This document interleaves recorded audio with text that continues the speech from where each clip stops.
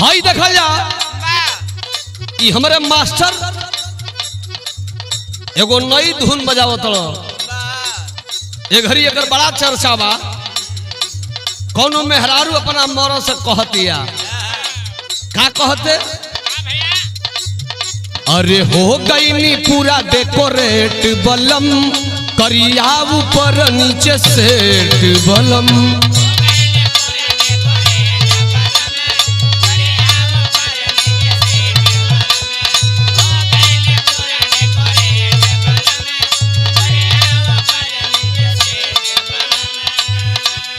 हो गई पूरा डेकोरेट बलम, करिया ऊपर नीचे सेट बलम। बेरी बेरी सरक चला चरावा, आईना पीन लगा दी और जाई।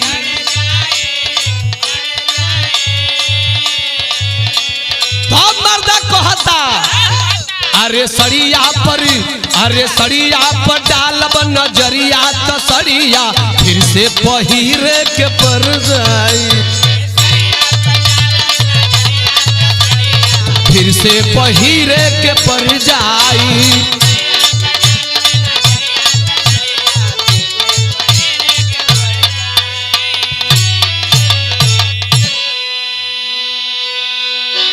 वाह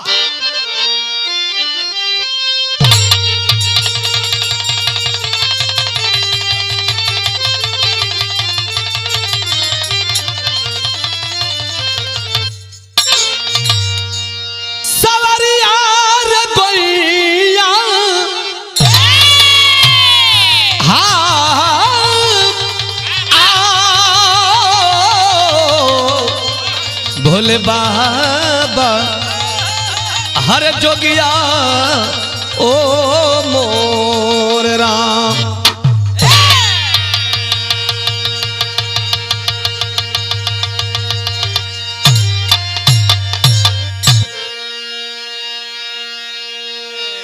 अच्छा भैया, आप लोगों के बीच में हम बिरहा गायक राम केवल यादव एवं पूरा टीम के ओर से और आरभी स्टूडियो की ओर से आप सब लोगों के बहुत बहुत प्रणाम। एक घटना की चर्चा बड़ी जोरों से चली है। मुजफ्फरपुर रेप कांड लोग कहते हो कि हु गैंग रेप कांड कहता, लेकिन जब तक किसी कहानी का निचोड़ न आ जाए उसको गाना भी उचित नहीं होता है, चूंकि मीडिया वाले अपने पैसा कमाने के लिए कुछ भी बोल रहे हैं। ये हमारा बिरहा का शीर्षक बा प्यार में धोखा मुजफ्फरपुर कांड। सत्य क्या है जे भैया के विश्वास ना हुई, एक बड़ी साफ सुथरा चैनल है यूट्यूब पर, उस्मान सैफी सच्ची घटना और सच्ची बात बताने की कोशिश करते हो, जिनके माध्यम से, जिनके कहने के अनुसार इस बिरहा को पूजनी हमारे कवि महेंद्र पाल जी अपने कलम के माध्यम से लिख कर सजाए हैं।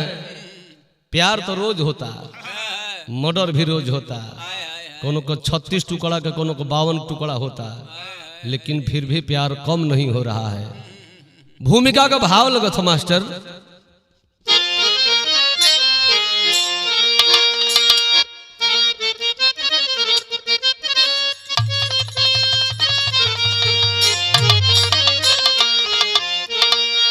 प्यार धंधा बना, प्यार सच्चा नहीं, इश्क हैवानियती हद से ऊपर उठा, लोभ में क्षोभ बढ़ता, मदन मीत बच्चा नहीं, आसियाना गया क्या है अफवाह झूठा, जो हकीकत छुपाया किया अब तो अच्छा नहीं, रूप रूपा से सारा मुहल्ला है रूठा, खेल लूका छुपी खेल कच्चा नहीं। कभी महेंद्र कलम हुस्न खाता है झूठा।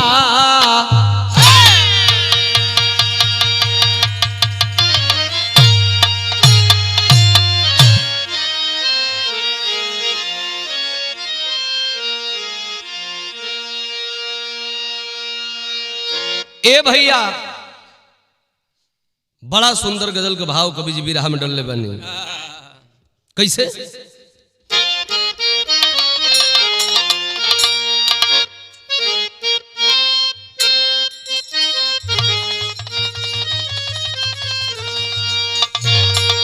प्यार के मोड़ पर आ गए हो अगरी,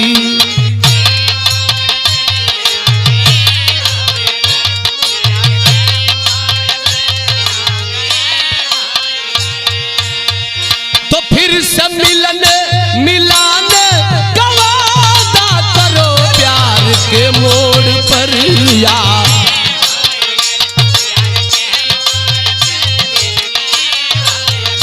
फिर से मिलने मिलाने का वादा करो।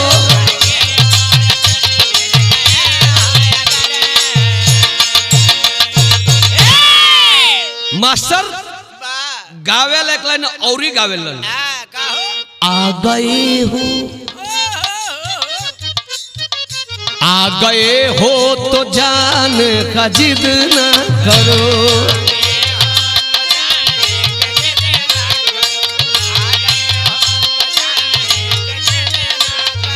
जा रहे हो तो आने का वादा करो। आ गए हो तो जाने,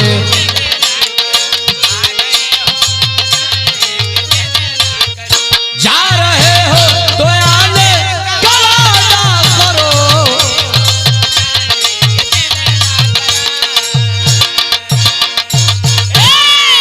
लेकिन कवि जी बड़ा सुंदर भाव बिरहा में लिखल हैं।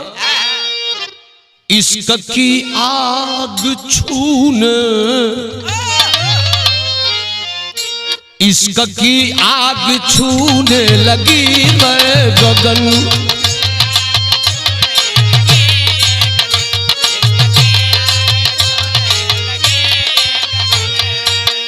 लव लपटना बुझी जल गया है भवन।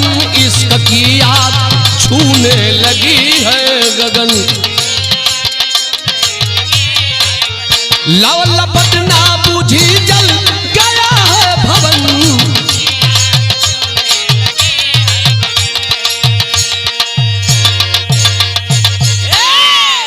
दूसर की लाइनिया में कवि जी लिखल बनी मास्टर। जिस्म का कोई करता है सौदा सदन,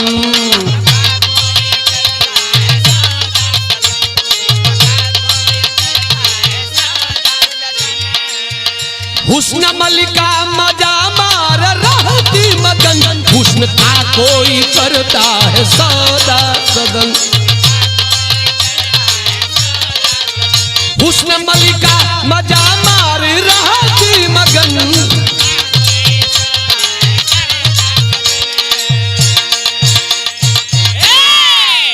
हमें समरे बिरहा का शुरुआत हो गई मास्टर।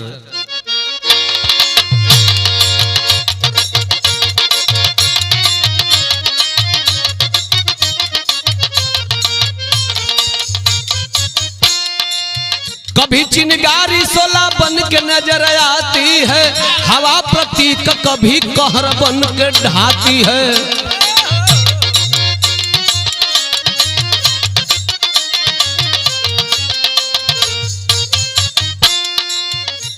जिला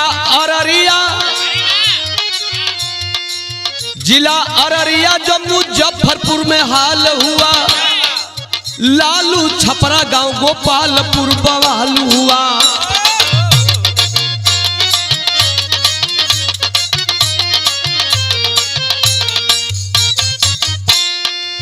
जो कि पारू थाना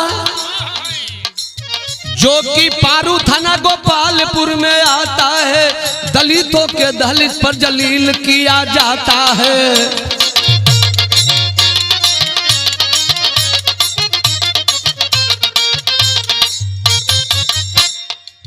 खास गोपालपुर की रूपा रूप रानी है, बहन रूपा से बड़ी संजय की दीवानी है।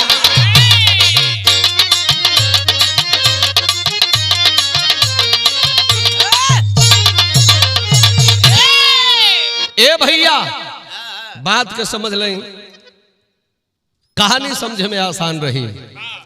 अररिया जिला में मुजफ्फरपुर, और मुजफ्फरपुर के अंतर्गत एक थाना है जो ने थाना का नाम पारू।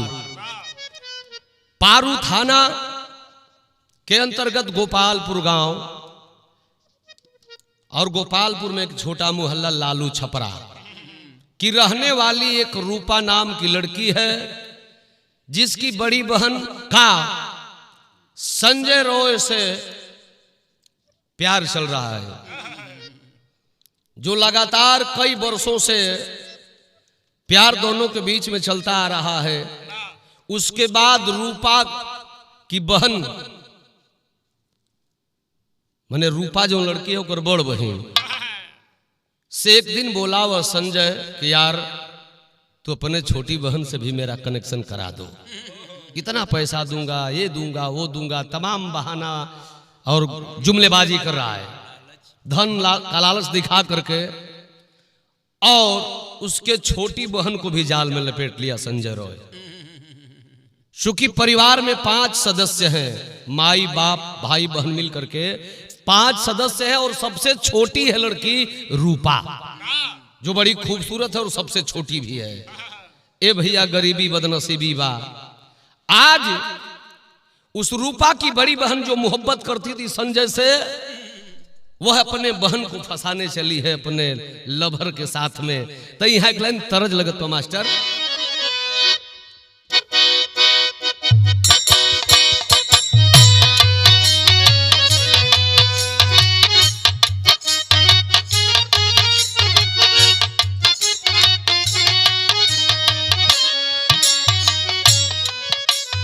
ए रोग का मरीज जे होई उजान के भी बोलत होई, यही चंदनवा ने कोनो लइका रह ओकर लभर कहतिया, ई तरज का भाव ह। एही तारे चुपे चोरी कहियाल चाली,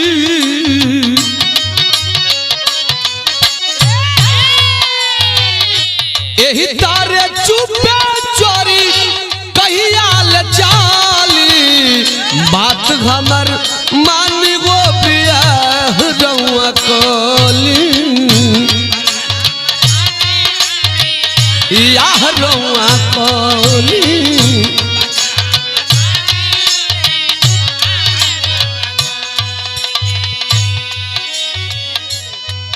आज भइल का बाबू, रूपा का बहन खुद रूपा के फसूली,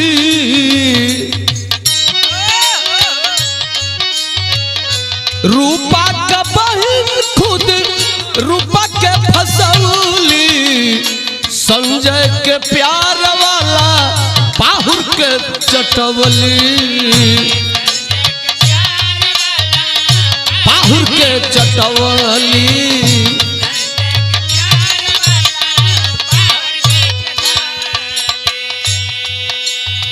हालांकि दोनों वो संजय भी और रूपा भी अगले बगल कहूँ, बड़ा गांव है, थोड़ा अगल बगल में है, आना जाना लगा है संजय का। ई कारा धारा चलता भइल का मास्टर, बीतल कई साल सोर टोला मुहाला,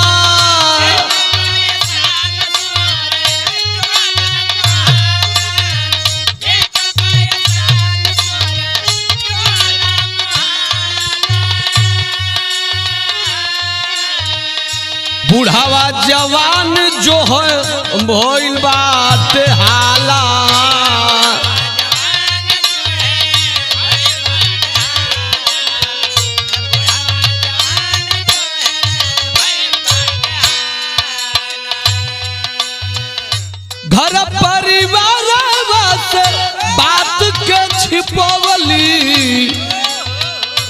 घर परिवार से बात के छिपौली, संजय के प्यार वाला पाहुर के चखवली,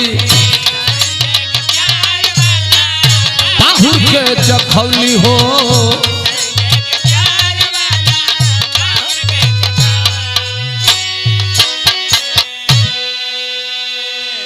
ए भैया आखिर 6 बरस से लगातार प्यार करता आ रहा है रूपा के बड़ी बहन से, और 3 साल से लगातार प्यार करता आ रहा है रूपा से। तो ए भैया अब अगलिया बगलिया के लोग कुल देखा ताड़ो, कहला कि साला यह कारा धरा कर रहल, पहला में तक बड़किए से बतिया मतलब छोटकियों के लपेटता, यही तरह दूसरों की बेटी बहन पे नजर डाली। ऐसे बढ़िया बात कि कहियो अगर मिल जाता तो ताव मार मारल जाए कि अगर प्यार का भूत अगर कपारे पर से उतर जाए। दिन इंतजार करत कौन आ गई, ये 11 अगस्त का रात का समय बा, 10 बजे रात में रूपा के मोबाइल पर फोन किया है संजय, और फोन करने के बाद में खेत में बुला रहा है, पोखरा के बगल में फलाना खेत में आ जाओ, मैं वहीं आ रहा हूं। ए भैया संजय जहां बुलाया था रूपा वहां पहुंच गई है, और अभी दोनों बातचीत ही कर रहे थे। तब तक रूपा के घर के अगल बगल के 5 लोग 2 मिनट के बाद ही धमक आते हैं। जब पहुंचलन हो, पहुंचे वाला में के रहल पंकज, चुन्नू, मुन्ना और 2 लोग, 5 लोग पहुंचल हो। अभी संजय से झगड़ा करे लगल हो, 5 लोग लड़क के दोनों लोगन के वही जो प्यार के बुखार उतारे लगल हो। हाँ मारपीट भइल है, लेकिन एक आदमी उसमें बहुत जबरदस्ती गलती कर दिया है। जो पंकज था एक राड लिया था, उस राड से रूपा के सर पर वार कर दिया, सर फट गया, गिर पड़ी जमीन पर। ए भैया जमीन पर गिरी है, तब भाई लगा यह टेरी के भाव लगे तो मास्टर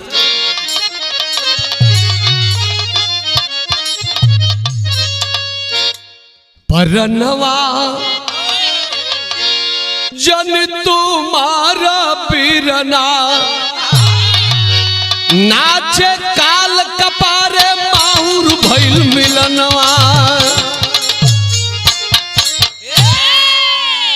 ए भैया इस संजय को और रूपा को मिलल, ए रूपा के जिंदगी में माहुर बन गई, गिर पड़ी है, गिर के ही गिड़गिड़ा तड़ी अलगे, आ संजय राय अलगे रो ताड़ा, 5 लड़क के तर तबर पीटत हूँ। आखिर भई लगा विदेशी के भाव लगत बा, तो पहुआ पकड़ी रूपा करेली रुदनवा, पंकज से कहीं करबो कब ना गलतिया, बतिया सुनत उतरल अखिया में खूनवा, सिर पर राड को चलाया उत्पतिया, लहू से रंगाई गईली रूपा वही छनवा। अरे खुरपी से कई बार कैले बाट घतिया। ए बाबू लाख रोवतिया, लेकिन एकदम गांव के लोग 5 जन हो जीत पर हुआ, मार दई दोनों खत्म हो जा सब।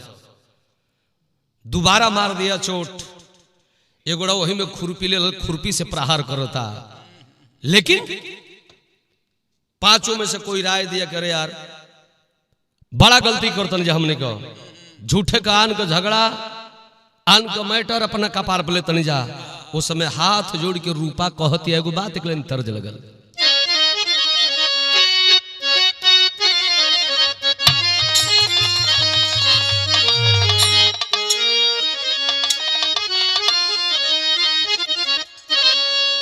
ई तरज हमनी के जन्म से पहले के तरज है।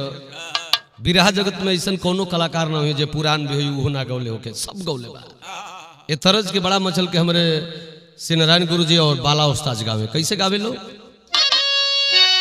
अरे कही दा भौजी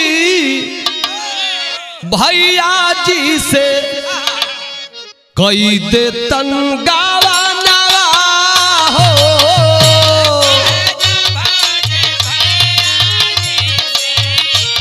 कही दे तन गावा नवा हो।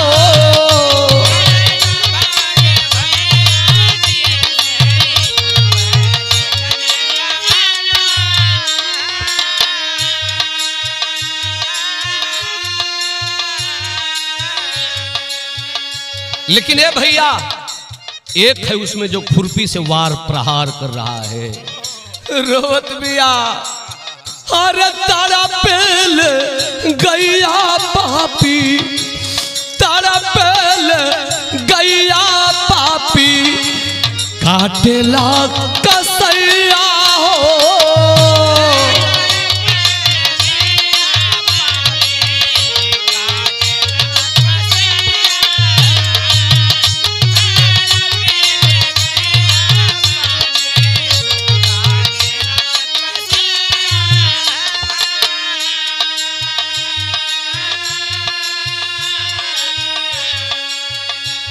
तारा पेल गैया पापी काटला कसैया हो।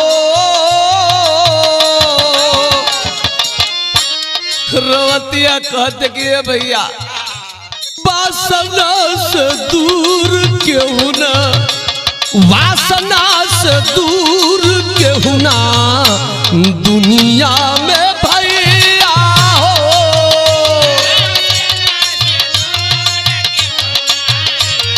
दुनिया में भैया हो।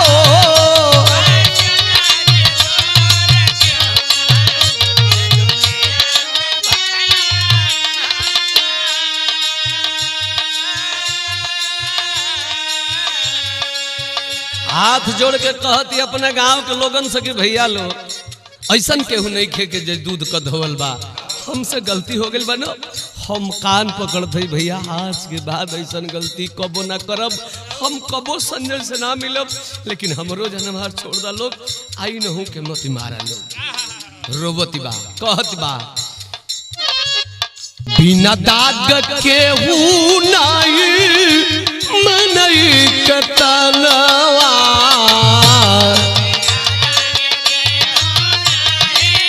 और मनई कतनवा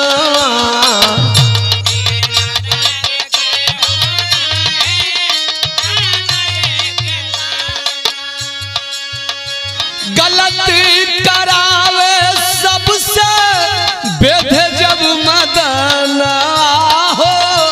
बेधे जब मदन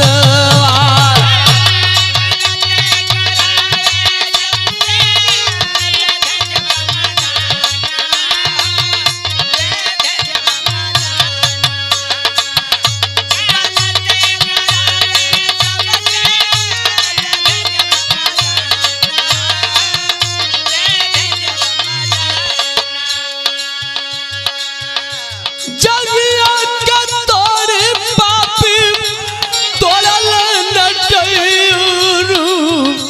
तारा पेल गैया पापी, तारा पेल गैया पापी काटला कसैया राम। काटला कसैया राम।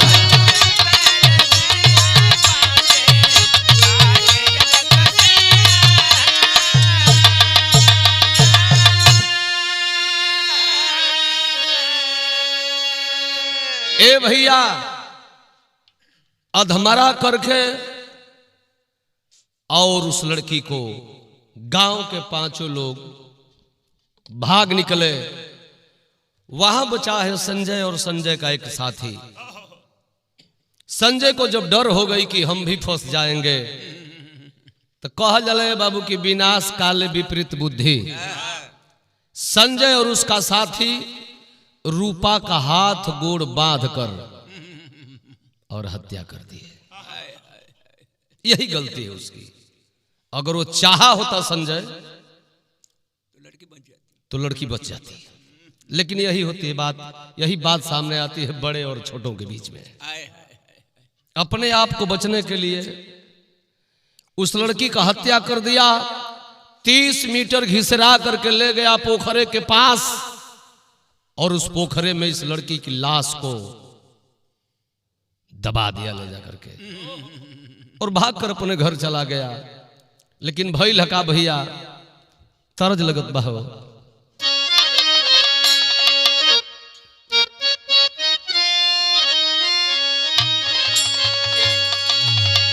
यही जो कवि जी भाव लिखल बना कि देखिए एक बड़ा आदमी एक दलित के बेटी का आबरू भी लूटा, उसकी बहन का भी लूटा और हत्या भी कर दिया।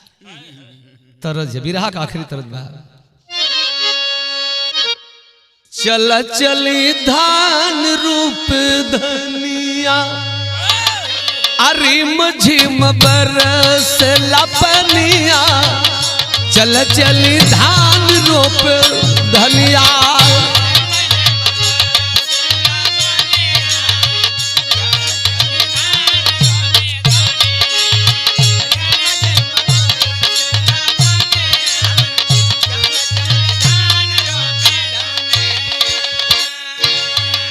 एक एक नीचे से गावेला मास्टर साहब। आई हमने का उदय भान कवि जी MLC साहब को गुरु भाई है, यहाँ का चढ़ा के गाइल कैसे। धान रोपे धनिया हो, धान रोपे धनिया की चल चल धान रोपे धनिया। रिम झिम बरस लपनिया चल चली धान रोपे धनिया।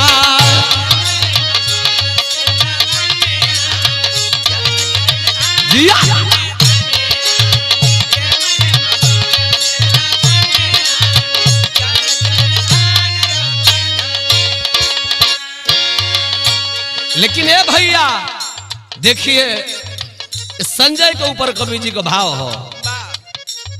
संजय अभिमन्या हो,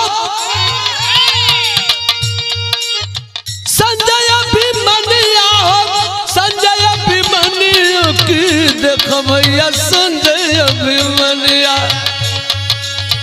दलित लूटे पापी पनिया, दलित लूटे पापी पनिया। हे भैया संजय अभिमन्या, हे भैया संजय अभिमन्या।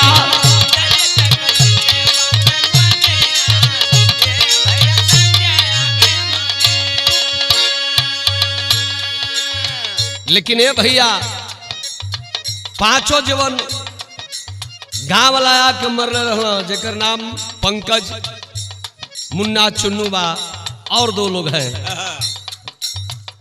अब तक लाश के लोग फेंक के चलिए गई बा। सबेर भइल बा, गांव के मेहरारू पोखरा और घास गढ़ गईली हो तो खेत में खुरपी से कटला का मतलब कहीं बार गिरल हल बाल, कहीं खून गिरा है। खून के सहारे वही पोखरा के लगे गईली हो, गांव को मेहरारू लाश के पौली हो। आखिर भइल ह का? पंकज पासवान मुन्ना चुन्नू पकड़ाए,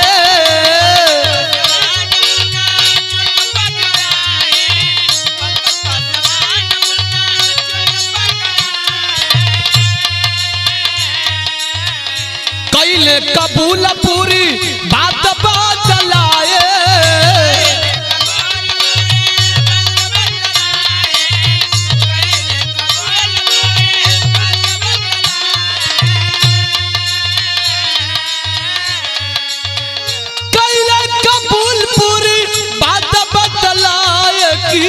ए भैया संजय अभिमन्या, ए भैया संजय अभिमन्या, जेलिया में कटी जिंदगनिया, ए भैया संजय अभिमन्या।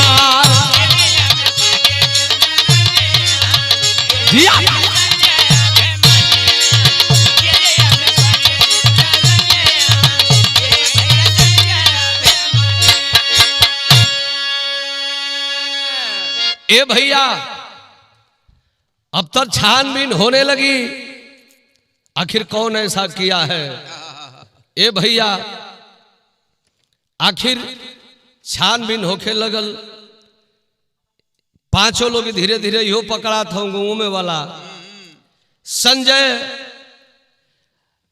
राय भी भागा है, लेकिन बिहार में पहली बार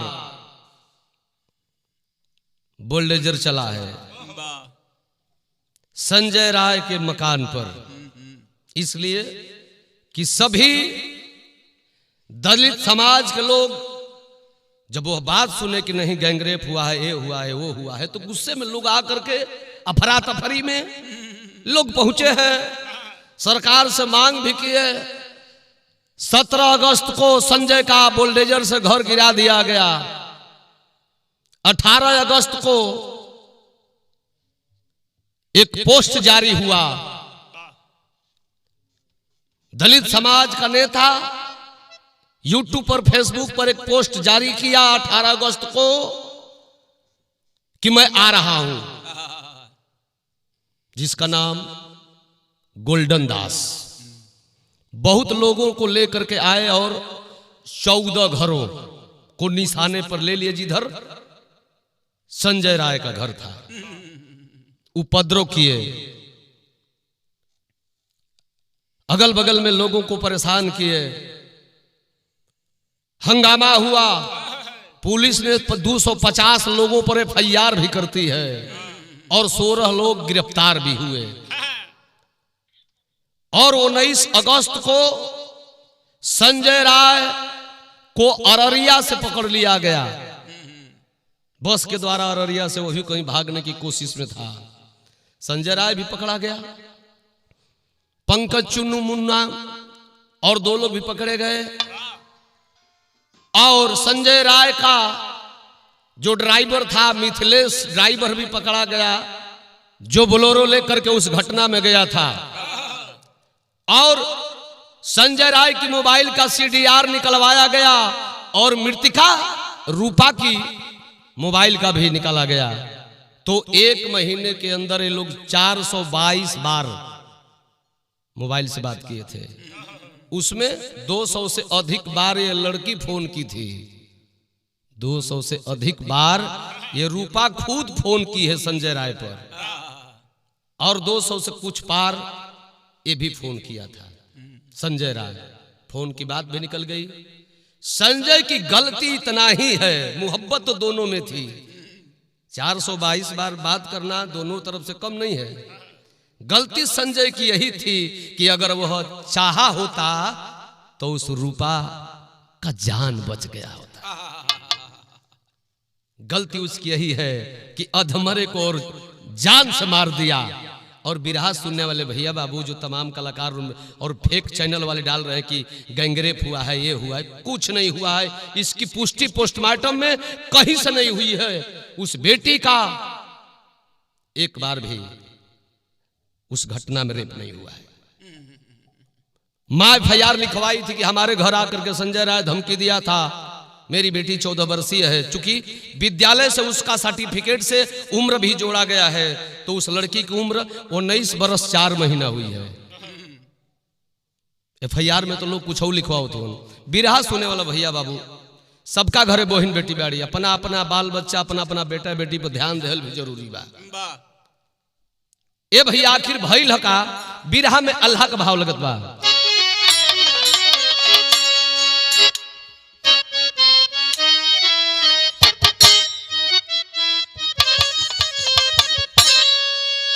अमीर और गरीब में क्या अंतर है? गरीब करता है क्या कि पैसा पर लोभ हो, झुकावे सबका के बाबू।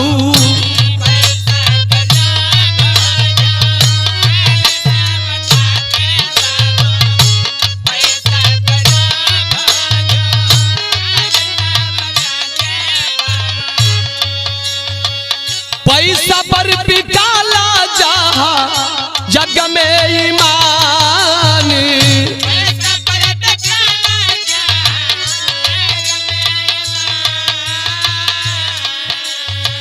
अरे बड़की बहिन जवान रहल रूपा के बाबू।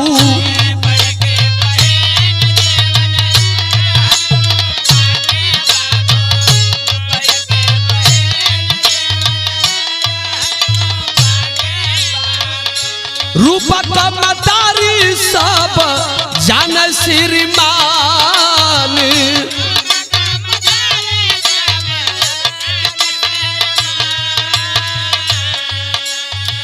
संजय राय कहे तो के लिखब जमीनिया बाबू।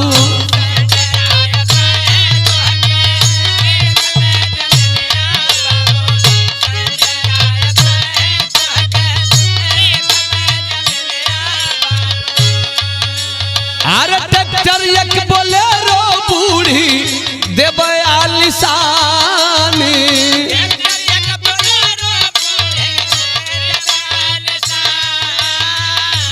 अगवा कबतिया भी तवल जवन सथिया सुना।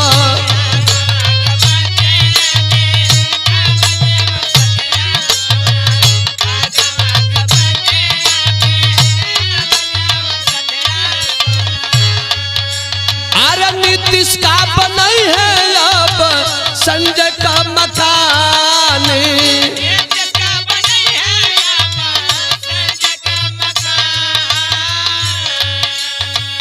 कोर्ट के आदेश दोषी केहू नहीं बची है बाबू।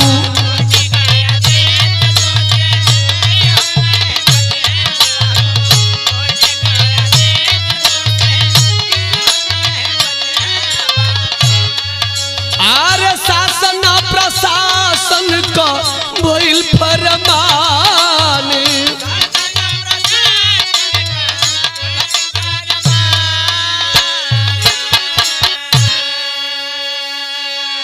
धन का लालच दिखाया था माँ बाप को। एगो ट्रैक्टर दे दे, एगो बोलेरो दे दे, आलीशान घर बना दे। जो दूसरे का घर बनवाने की बात कर रहा था संजय, आज खुद उसका घर गिरा दिया गया। तब बिरहा सुने वाला भैया लोग, जो किस्मत में लिखल बा उहे मिली।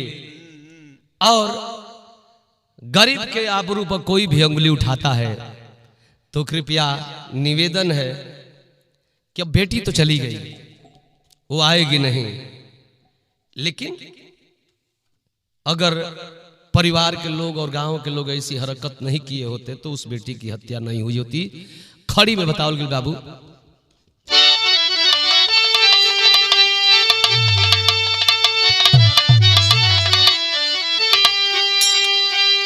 जे जैसन करे वैसन फल के पावे ज्ञानिया।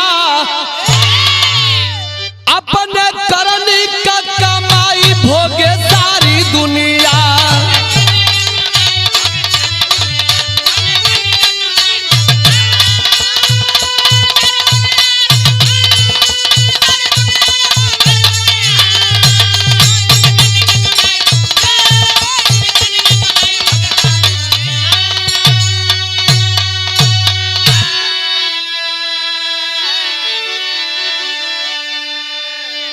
बीती है उमरिया पापिन का जहल खानावा। जे जे बात शामिल होकर बरिस नयनवा।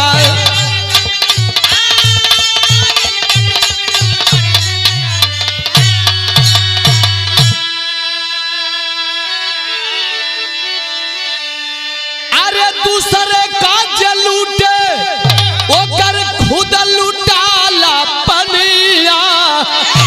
अपन करनी का कमाई भोगल दुनिया।